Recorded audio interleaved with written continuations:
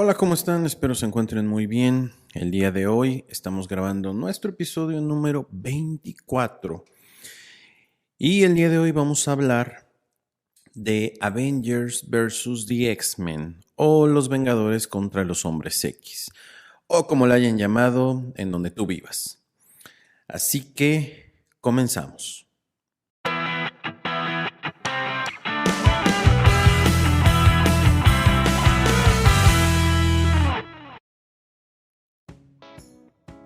Para quienes no ubiquen, esta es una historia de la última década, la década pasada inclusive. Es una historia que tiene lugar entre el año 2011 y el año 2012.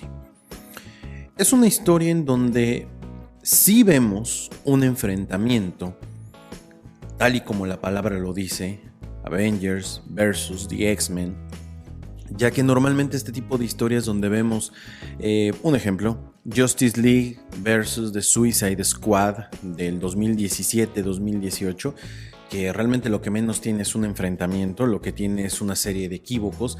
En esta historia sí lo vemos, y es algo que creo que la mayoría de los fanáticos de los cómics estábamos buscando o esperando. No me pregunten por qué es uno de esos fetiches que normalmente se tienen, ¿no? Ver enfrentarse héroes contra héroes. Pero bueno, al final del día es algo que a nosotros nos llama muchísimo la atención. Este es un evento que tiene un prólogo. El prólogo se llama Avengers Extinction. Esa es una historia que la verdad es que tiene un dibujo muy padre de Ed McGuinness.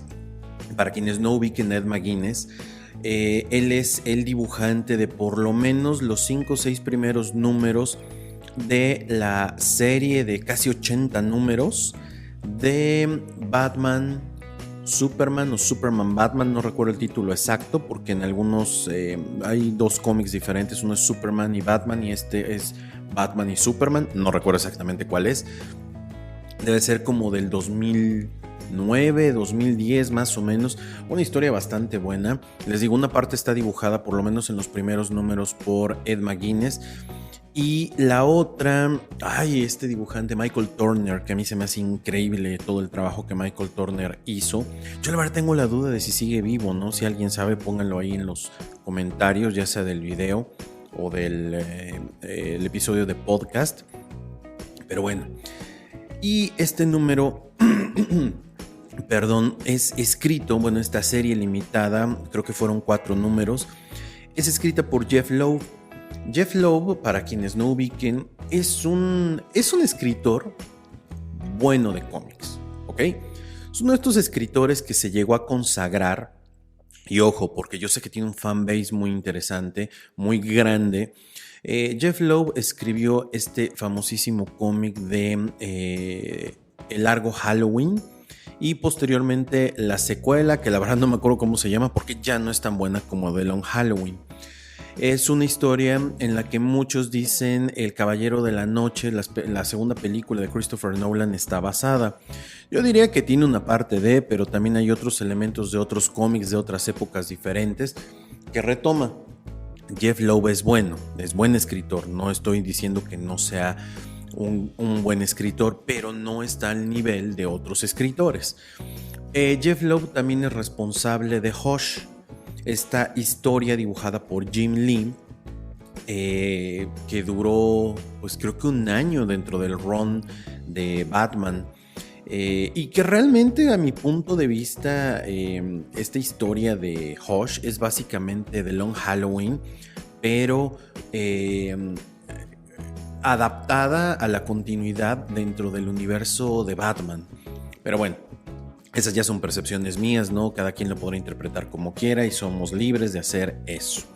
Pero bueno, al final del día, en Jeff Loeb... otro dato importante de Jeff Loeb. Si a ustedes les gustó la serie de Daredevil en Netflix, él es el productor ejecutivo, si mal no recuerdo, de varias de las series de Netflix. Creo que el hitazo fue Daredevil.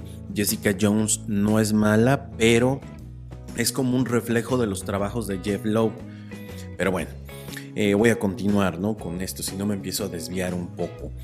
Y en esta historia de Avengers Extinction vemos a Cable. Cable, como se le conoce en Estados Unidos. ¿Quién es Cable? Muchos estarán preguntando. Es un mutante, es el hijo de Cíclope y Jean Grey. Tiene toda una historia ahí toda loca, que cuando tienen al hijo está infectado y entonces lo mandan al futuro, porque en el futuro es el único lugar en el cual lo pueden ayudar, y después se convierte en un viajero del tiempo que todo el tiempo, al igual que Bishop, otro de los famosos X-Men de viajes en el tiempo. A mí, siendo muy honestos, las historias de Bishop y de Cable en estos viajes en el tiempo se me hacen basura. Yo sé que, insisto, hay mucha gente que le encantan este tipo de historias, pero para mí el problema es que lo que hacen es que son confusas, porque realmente las tratan de hacer como historias fuera de la narrativa, que van a afectar a la narrativa, y siempre nos muestran futuros distópicos, ¿no? Entonces, bueno, la verdad es que eso ya de repente llega a hartar un poquito, porque en sí, a veces creo que lo que yo como lector quisiera ver es ese fregado futuro distópico, para decir, qué bueno que les pasó esto por pendejos, ¿no? Y que no tuvo que venir alguien a arreglar el pasado, porque al final lo acaba desarreglando y es un desmadre. Pero bueno, eso es parte de la historia de Marvel. Ya en algún momento platicaremos de estos infructuosos viajes en el tiempo, que inclusive en la misma película de Avengers Endgame, pues nos muestran, ¿no? que este tipo de viajes en el tiempo tienen 1001 complicaciones y limitaciones. Pero bueno. Y Cable aparece después de haber sido, después de haber desaparecido en, ¿cómo se llama esta historia? Second Coming, la segunda venida. Yo sé, suena como albur, pero pues yo que así se llama y sería la traducción literal. Y después de que lo dan por muerto en esta historia de Second Coming, que es una historia centrada en Hope Summers, el primer mutante que nace después de los eventos de House of M, en donde desaparecen la mayoría de la población mutante, y después de eso no vuelven a aparecer mutantes. Para quienes no conozcan esta historia de House of M, les recomiendo que vayan al canal, a Billions TV, y ahí tenemos el playlist en donde pueden ver desde House of M hasta Civil War, si mal no recuerdo. Es todo un arco ahí en playlist de videos en donde narramos todo esto. Entonces se los recomiendo bastante para que puedan entenderlo un poco. Mucha gente me ha preguntado qué pasó después con Magneto, ¿no? Después de esas narraciones, porque me centré más en los Vengadores que en los X-Men. El punto es que, y les comento, que es muy difícil darle seguimiento a los X-Men. A mí los X-Men se me hace una de las historias más complejas por la cantidad de personajes que hay, la diversidad de historias que hay. Así que he narrado algunas historias por ahí de X-Men, creo que Wolverine en algún momento, X-23, pero nada más, porque es muy complejo. He hecho algún video por ahí hablando de algunas historias emblemáticas, pero igual se me hace muy complejo, y la verdad es que yo no soy experto en X-Men, insisto, no soy experto tampoco en esto, pero creo que pues por lo menos de acá tengo una idea de cómo irlo hilando, sobre todo para que la gente lo vaya entendiendo. Entonces, bueno, Cable aparece después de que fue dado por muerto en esta historia de Second Coming, y no recuerdo exactamente quién le comenta que el futuro nuevamente está en peligro, porque en la línea del tiempo los Vengadores mataron a Hope Summers. Y entonces Cable decide ir al pasado a matar a los Vengadores. Para esto, si mal no recuerdo, en esta historia Cable ya trae un tema muy fuerte con un tecnovirus, el tecnovirus que de por sí lo está matando. Y en este viaje al pasado, pues su tecnovirus cada vez se va manifestando más y más y más y más y más. Ahora, el equipo de los Vengadores, que está en ese momento, está conformado, es un equipo que viene del arco de The Heroic Age, si mal no recuerdo.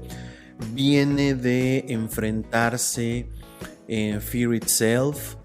Sí, es más o menos así la historia. Viene del arco de The Heroic Age, donde nuevamente Tony Stark y Steve Rogers se vuelven a reunir y vuelven a armar un equipo. Al inicio Steve Rogers es Steve Rogers, el manto del Capitán América lo tiene Bucky, regresa Thor, regresa Hulk, Es un equipo de los Vengadores más grande.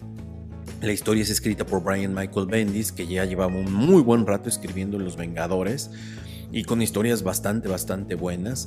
Y es un equipo bastante numeroso, inclusive entre estos ya se encuentra el Hulk rojo y también The Falcon. Si mal no recuerdo, ya The Falcon formaba parte de este equipo. Entonces este equipo de los Vengadores se enfrenta a Cable y Cable va bajando literalmente uno por uno de estos pues no quiero decir villanos, porque no son villanos, aunque desde su punto de vista sí lo son, y los va enfrentando hasta que Cable es detenido por el Capitán América y es llevado por Cíclope, y es llevado a Utopia. Que bueno, este es todo un arco desde House of M hasta cómo llegamos a Utopia, que es el lugar donde viven los mutantes que convergen en ideas con Scott Summers, porque hubo un evento, ¿sale? Esto también es muy importante. Miren, les insisto, no soy experto, pero tengo más o menos idea, ¿no? de por dónde fue. Hubo un evento que se llamó Cisma, en la historia de los X-Men, en donde Wolverine y Cíclope tienen diferencias de opiniones que siempre han sido marcadas, pero en ese momento son mucho más. Esa historia es escrita por el increíble Jason Aaron, que a estas alturas del 2023 ya debe de estar cumpliendo 6 o 7 años escribiendo el cómic de Vengadores de una manera magistral, así como escribió durante, ¿qué fueron? 8 años también Thor. Bueno, en Cisma vemos una ruptura entre estos personajes, porque mientras Scott quiere convertir a los mutantes en un país, en una armada, y empieza a rodearse de mutantes que antes eran villanos como Magneto, bueno, ya estaba en el grupo, ¿no? Pero empieza a tener ideas más, vamos a llamarlas así, izquierdosas. Wolverine, siendo el asesino que es, dice: oye, a ver, espérame, estos son niños, no puedes entrenarlos de esa manera. Y no, yo me los voy a llevar y voy a seguir con el sueño de Xavier, ¿no? Y entonces forma su propia escuela, la escuela de niños superdotados Jean Grey, que eso está súper loco, ¿no? Porque Wolverine es el decano de la escuela. Es una cuestión súper loca. Y mientras, por otro lado, los mutantes que deciden quedarse con Cíclope, que son la mayoría de los mutantes grandes, se van a vivir Utopia, que es esta isla en medio del océano, y empieza todo un rollo, ¿no? Con el gobierno para tratar de declararse como un país, bla bla bla, todo un tema. De hecho, como ustedes sabrán, pues los X-Men son todo un tema político desde su génesis. Les recomiendo que vean el video donde explico un poquito las 10 historias más emblemáticas, o los 10 villanos, no me acuerdo cómo le llamamos. De hecho, también está aquí en el podcast, lo pueden verificar, donde precisamente platico un poquito sobre cuáles son los orígenes de Xavier, cuáles son los orígenes de Magneto, en los que Stan Lee se basó. Échenle un ojito. Pero bueno, continuando, porque si no me salgo por la tangente. Pues ahora Wolverine es el maestro de todos estos mutantes, y por otro lado tenemos a Cíclope formando un pequeño mini ejército y entrenando a todos para defenderse. Cuando Cable es detenido por el Capitán América y Cíclope y es llevado a Utopía, Cable le confiesa a Cíclope que viene del futuro, los Vengadores mataron a Hope y Hope es la Fuerza Fénix. Por lo tanto, no debe dejarla morir, ya que ella es la clave para poder salvar el futuro.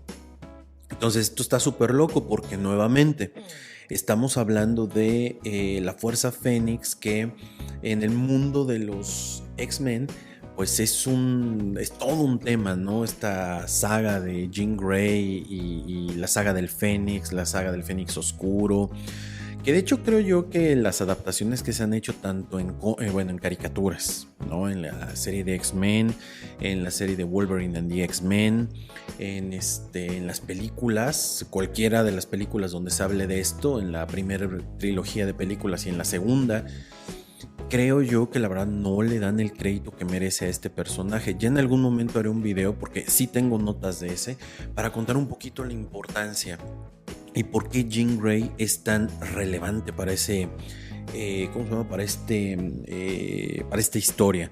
Pero bueno, en este caso la Fuerza Fénix ahora reside en Hope. Acuérdense, se apellida Summers porque la adopta Cable. De hecho, les voy a decir una cosa, aprovechando el espacio.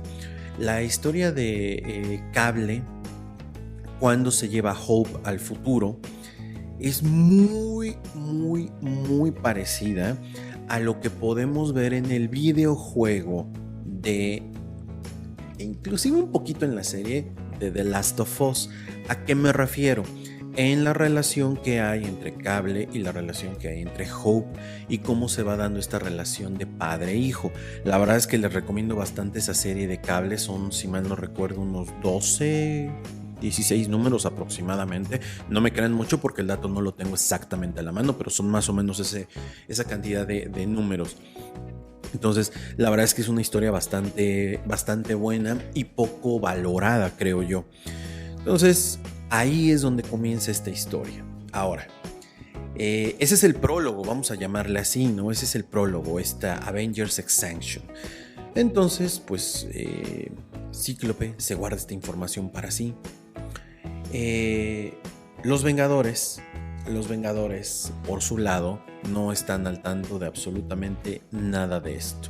Los Vengadores tienen un evento que se llama Fear Itself, en donde la serpiente, el hermano de Odín, busca matar a Thor y crear un nuevo Ragnarok, aunque ya habíamos tenido un evento Ragnarok previo a Civil War, porque por eso no aparece Thor. Es un rollo. Y en este cambio de estatus, Bucky Barnes deja de ser el Capitán América para devolverle el manto a Steve Rogers. Entonces tenemos nuevamente Steve Rogers como el Capitán América. Esto es importante de mencionar. Y resulta que vamos a entrar ya de lleno a la parte de Avengers vs. X-Men. Es una serie limitada de 12 números con un número 0. En total son 13. Y tiene todavía un epílogo. Pero vamos a ver si nos da tiempo a hablar de esto. No sé exactamente cuánto tiempo lleve, pero bueno, voy a tratar de hacerlo lo más breve posible. En el número 0, este es un número importante, ya que es la reaparición de la Bruja Escarlata. ¿Y por qué reaparición? Bueno, para quienes ya se hayan dado una vuelta por el canal de Villains TV y hayan visto House of M, sabrán que al término del evento, Wanda desaparece. Y entonces la Fuerza Fénix también desaparece, en teoría, ¿no? Se vuelve todo un tema. Pero Wanda no vuelve a aparecer en historias de cómics hasta este momento. Es decir, estamos hablando del año 2004, 2005 y reaparece hasta el año 2011. 6 años después, reaparece este personaje. Y reaparece en una historia donde podemos ver opiniones encontradas. Ella aparece enfrentando a MODOK, ayudando a Miss Marvel, a Spider-Woman, a algunos de los Vengadores, para enfrentarse al grupo de AIM o AIM, MODOK. Y este villano que en la película de Ant-Man la verdad es que no le dan el valor necesario, ni tampoco a AIM. AIM es una organización bastante interesante, pero pues creo que en el UCM la verdad es que implicaría muchos movimientos, en fin. Y resulta que Miss Marvel le dice a la Bruja Escarlata: oye, ¿por qué no regresan los Vengadores? No te preocupes, todo va a estar bien, no sé qué, no sé cuánto. Y regresa con los Vengadores a la mansión de los Vengadores, donde todo acabó, y le abre la puerta a Visión. Entonces, para quienes no sepan, la mansión la destruyó ella en un arrebato de locura. A Visión lo mató ella, y este Visión reconstruido tiene ese recuerdo, y entonces le dice que qué hace aquí, que se largue. Entonces se acaba yendo, pero bueno, el simple hecho de que aparezca ya nos dice que va a jugar un papel muy importante dentro de toda la historia. En fin. También vemos a Hope Summers queriendo ser una heroína y combatiendo al crimen en San Francisco. Y resulta que en este pedazo de historia que vemos se enfrenta a la Sociedad Serpiente. Hope Summers es un mutante que en apariencia no tiene poderes, pero es un mutante que absorbe los poderes de otros mutantes y puede tener varios al mismo tiempo y se vuelve un mutante muy poderoso. Cuando se enfrenta a la sociedad serpiente, descubre que una de las serpientes es mutante, absorbe sus poderes y con sus poderes logra derrotarlos. Pero es una historia bastante buena porque al final es descubierta por Cíclope. Y pues le pone un ultimátum y le dice que no puede seguir haciendo eso, porque al final ellos son mutantes y pues el gobierno americano aún no acaba de reconocer quiénes son y pues deben de mantenerse un poco al margen, ¿no? Es más o menos la idea que da a entender. Ahora, al término de esto, aparece Nova. Nova aparece en un regreso muy del estilo de Silver Surfer al inicio de ¿cómo se llama? Infinity Gauntlet. Aparece y se estampa en la ciudad de Nueva York, los superhéroes lo reconocen y le dicen, ¿qué onda? ¿Qué pasó? ¿No? Aparte es un Nova diferente, es el hijo del Nova original, porque el Nova original, si mal no recuerdo, creo que muere en los acontecimientos de esta historia que se dio a la par de Civil War, ¿cómo se llamaba? Aniquilación. Otra historia también muy buena, muy buena, pero dada en el universo del espacio de los héroes de Marvel, que es harina de otro costal y que bueno, al final tiene a Ultron como un personaje central. Bastante buena la historia, ya luego platicaré de ella. Pero bueno, el caso es que les dice que ya viene la Fuerza Fénix. Y entonces aquí es donde los cómics de X-Men, los cómics de Avengers y de varios superhéroes empiezan a tener una convergencia directa hacia esto, que es Avengers versus X-Men. Ahora, ojo con lo que les voy a decir. El hecho de que converjan no quiere decir que todas las historias alrededor sean buenas. Creo que algo que ha sabido hacer muy bien Marvel, o por lo menos a mí me gusta lo que hace, es que si bien el 100% de los tie-ins o de las historias periféricas alrededor de un arco central no son siempre las mejores, les permiten experimentar con nuevos escritores, nuevas ideas, nuevos dibujantes, les permiten abordar temas con ciertos personajes que de repente no es tan fácil tenerlos, pero que una vez que estás suscrito, pues ya te lo tienes que chutar, ¿no? Y creo que hay historias muy buenas dentro de todo este arco. Y entonces vemos cómo Tony Stark y los Vengadores ven que la Fuerza Fénix viene y deciden, detenerla en el espacio. Entonces mandan un grupo de Vengadores al espacio. Hay otro grupo de Vengadores tratando de llegar a Utopia, o llegando más bien a Utopia, para solicitar que sea entregada a Hope Summers, precisamente para proteger al mundo de... Y aquí es donde las palabras de Cable toman un peso muy fuerte en la cabeza de Scott Summers, su padre, porque resuena en su cabeza la idea de vas a tener que tomar una decisión, los Vengadores vienen por ella, la quieren matar, porque en ese futuro la quieren matar.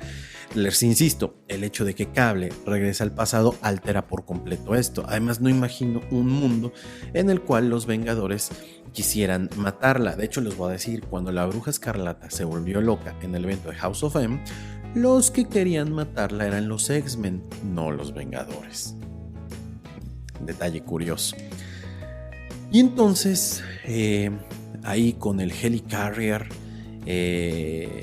apostado en las nubes y con un montón de superhéroes alrededor, Scott Summers se conecta con los demás mutantes y les dice, este es el momento, tenemos que hacer un stand para decirles que a nosotros no nos van a decir nada y vamos a proteger a Hope.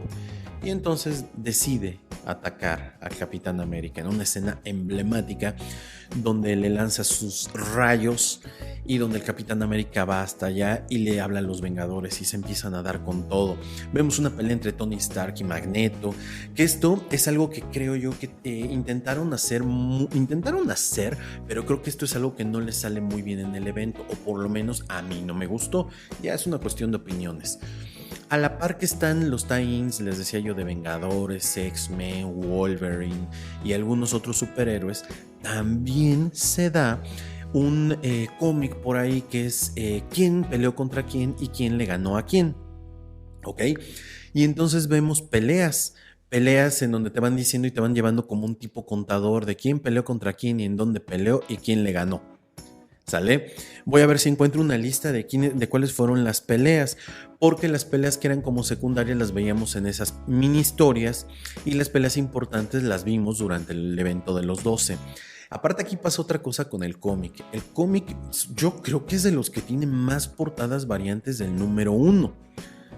La portada original presenta de un lado a los Vengadores, del lado que está la A, y del lado de la X presenta a los X-Men. Aparte recordemos que los X-Men están en un desequilibrio numérico. La mayoría de los X-Men nuevos son jóvenes. Entonces, lo que nosotros vemos pues es un desequilibrio, pero vemos a los principales villanos. Miren, creo que algo padre de las portadas es que estas manejaban cuestiones de colores. Por ejemplo, el número 0 tiene por lo menos hasta una sexta reimpresión debido a la importancia que tenía el que regresara a la Bruja Escarlata. Ahora, por otro lado tenemos las portadas del 1. En el 1 vemos, les digo, Vengadores contra X-Men. Hay una portada muy padre que es la 1B, en donde podemos ver la pelea, ¿no?, entre Capitán América y Cíclope. Pero también hay otra en donde por un lado aparece a colores el Capitán América y en blanco y negro Cíclope, y al revés, Cíclope a color y el Capitán América en blanco y negro. Yo tengo esas y están padrísimas. También está la portada de Romita, donde pelea Wolverine contra el Capitán América, haciendo remembranza de otra portada ya muy vieja de un primer encuentro que tuvieron. Y bueno, así sucesivamente, ¿no? Hay muchas portadas variantes, Scotty Young, o sea, es una cosa obscena en toda la extensión de la palabra. Pero bueno, en cada uno de estos vamos viendo cómo también se van alternando los escritores. Una primera parte la escribe Brian Michael Bendis junto con Jason Aaron. También vamos viendo que aquí van entrando, ya les digo quiénes son los demás escritores.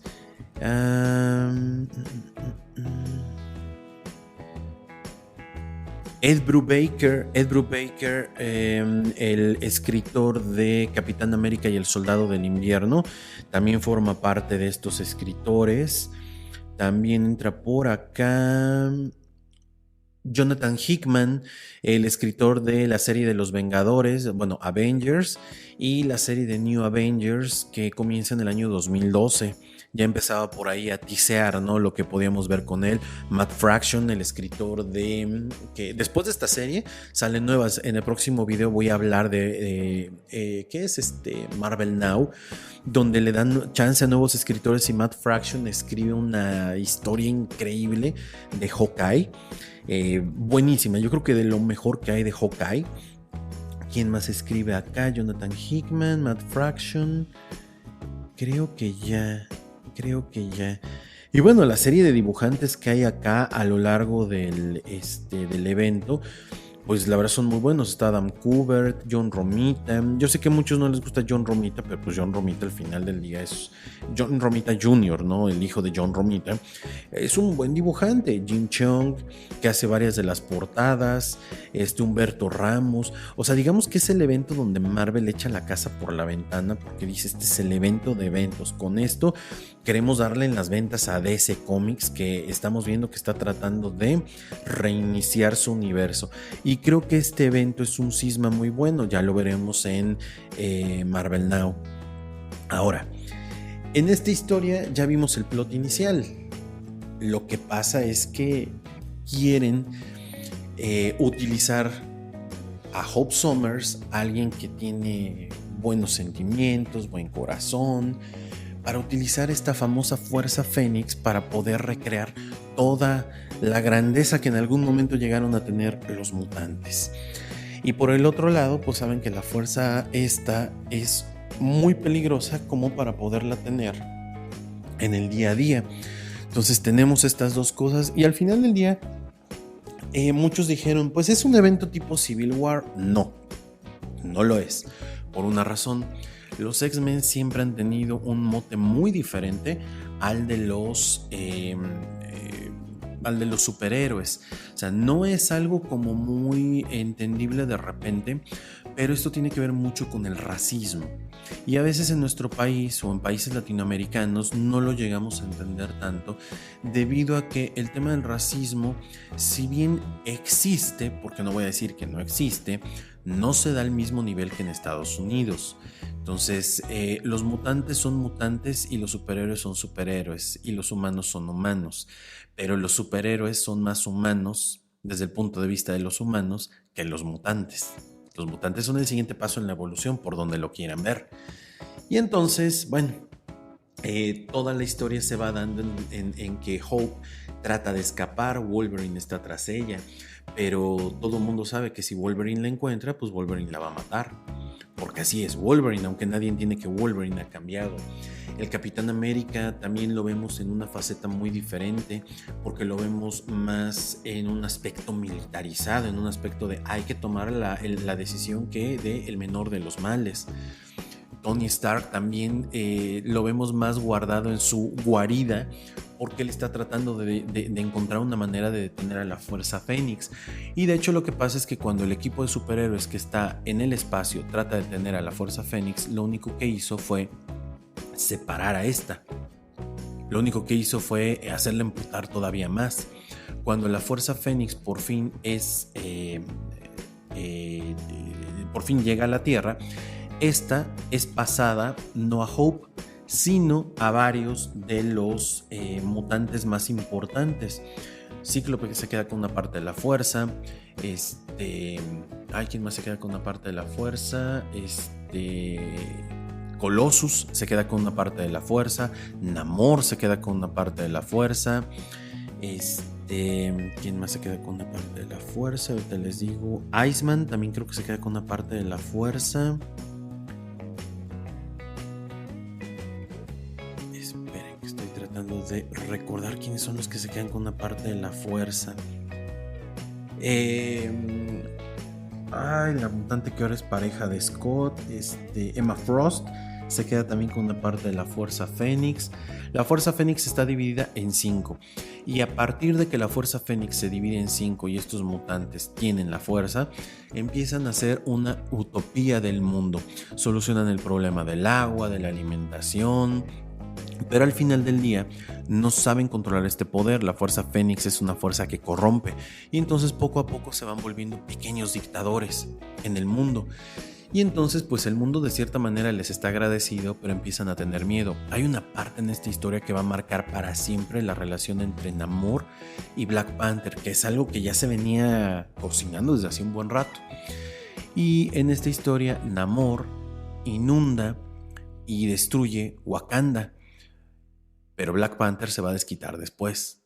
Es una historia bastante ruda, ¿no? Lo que hace ahí Namor. Al final, poco a poco, cada uno de estos, sin tanto spoiler, ¿no? Mutantes va perdiendo la Fuerza Fénix, y la fuerza la van congregando en Scott. Pero cuando esto se empieza a salir de control, pues los Vengadores deciden traer un arma fuerte, porque Scott se está convirtiendo en un Vengador. Qué fácil, en un dictador. Qué fácil, ¿no? De repente ahí te lo van planteando él como una persona con poder, buenas intenciones. Puede plagar de estas el camino al infierno, que es lo que le pasa a Scott. Y vemos cómo Scott pasa de ser el teto boy scout a me convierto en el azote de todos y van a hacer lo que yo diga.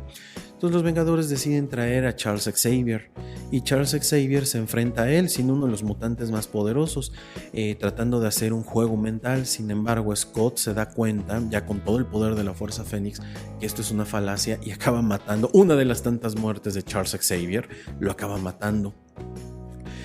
Y quienes están entrenando de manera secreta para poderlo detener, aquí tiene un papel muy importante Shang-Chi y la ciudad oculta de Shangri-La, donde les están enseñando tanto a Hope como a la Bruja Escarlata cómo controlar sus poderes para poder detener a la Fuerza Fénix y desaparecerla de una vez por todas.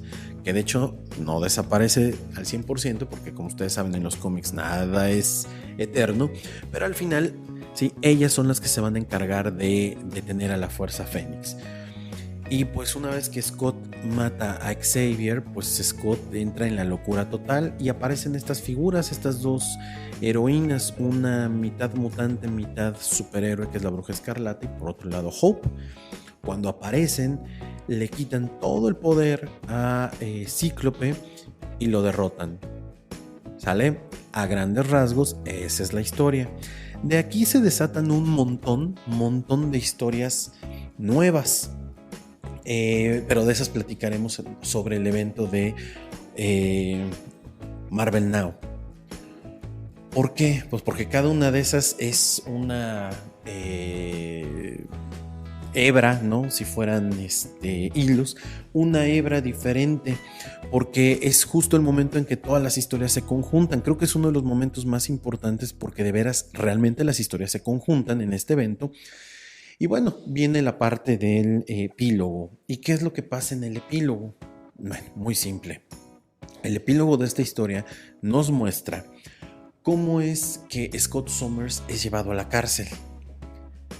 Todo lo que enfrenta en la cárcel, y vamos viendo diferentes cosas como un reencuentro con los Vengadores, cómo Scott se ha vuelto cínico y cómo Scott dice que ha iniciado algo que no van a poder parar. Inclusive parece un personaje radicalmente diferente, que claramente fue corrompido por la fuerza.